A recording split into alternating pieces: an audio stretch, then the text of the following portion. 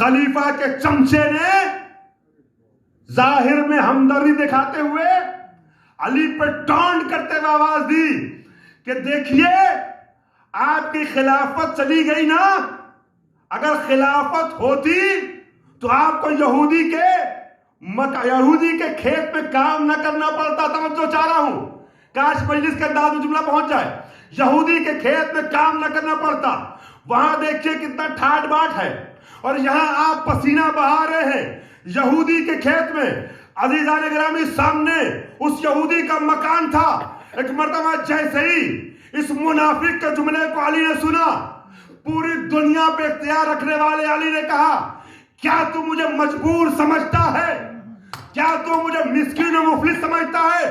سن علی کون ہے، تخت خلافت میں بیٹھے یا نہ بیٹھے، علی کے اختیار میں کمی نہیں ہے، علی کے اقتدار میں کمی نہیں ہے۔ اگر میں چاہ جاؤں تو یہ یہودی کے مکان کی دیوار سونے میں بدل جائے گی۔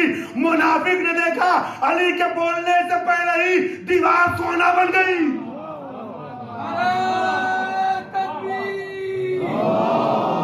بہت شکریہ۔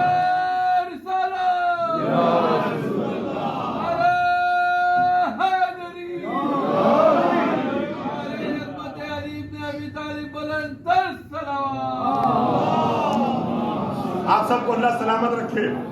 یہ ان کے حق کی منزل ہے۔ صداقت ان کی اس معیار کی ہے کہ کہہ دیا تو یہودی کے مکان کی دیوار سونے میں تبدیل ہو گئی۔ عزیزان گرامی، اور واضح مثال پیش کروں جہاں بڑی دیر سے آپ کا ذہن جا رہا ہوگا۔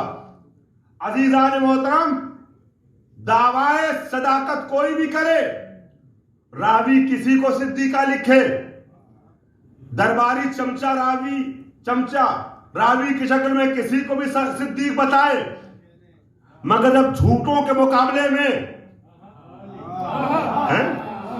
نبی کے زمانے میں اہل صدق کے جانے کی بات آئی، نہ تو کوئی راویوں کا بنایا ہوا صدیق گیا نہ صدیقہ۔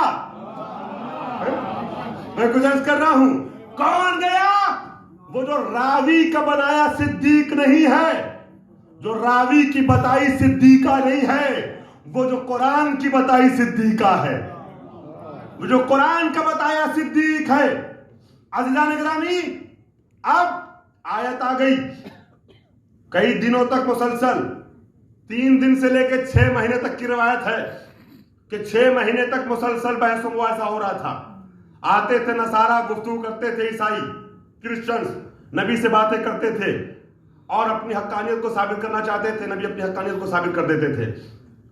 چنانچہ قرآن کی آیت ہے، قرآن میں مفہوم موجود ہے کہ انہوں نے کہا کہ اللہ کے بیٹے ہیں عیسیٰ اس لیے کہ بغیر باپ کے پیدا ہوئے، تو نبی نے فرمایا، اللہ نے فرمایا نبی سے ان سے کہہ دو کہ اگر بغیر باپ کے پیدا ہونا اللہ کے بیٹے ہونے کی دلیل ہے تو پھر پہلے آدم کو اللہ کا بیٹا مانو، وہ تو بغیر ماں باپ کے پیدا ہوئے، ہے نا، وہ بھی پیدا ہوئے بغیر باپ کے، ان کو مانو۔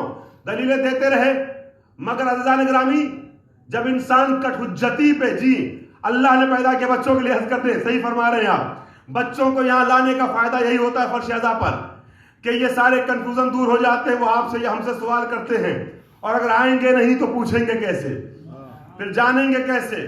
اچھا لگا مجھے دیکھ کے بچے سوال کر رہے ہیں اپنے بزرگوں سے۔ عزیزان گرامی، اللہ نے اپنی قدرت سے، اپنے اعجاز سے حکم دے دیا، آدم اور حوا پیدا ہو گئے۔ اللہ چاہے تو بغیر مٹیریل کے کسی چیز کو بنا سکتا ہے، اللہ کو مٹیریل و مادے کی ضرورت نہیں ہے۔ عزیزان گرامی، اب بغیر ماں باپ کے پیدا ہوئے جناب آدم، مگر مانتے نہیں ہیں، تو جب نہیں مانتے تو قرآن کی آیت آ گئی، ٹھیک ہے ضدی پنا کر رہے ہیں نا، تو ان سے کہہ دو، قل فقل تعالوا ندعو ابناءنا وابناءکم ونساءنا ونساءکم۔ دیکھیں یہ آیت تو سن کے ہمیشہ آپ کو لطف آتا ہے، یہ موضوع سن کے ہمیشہ لطف آتا ہے،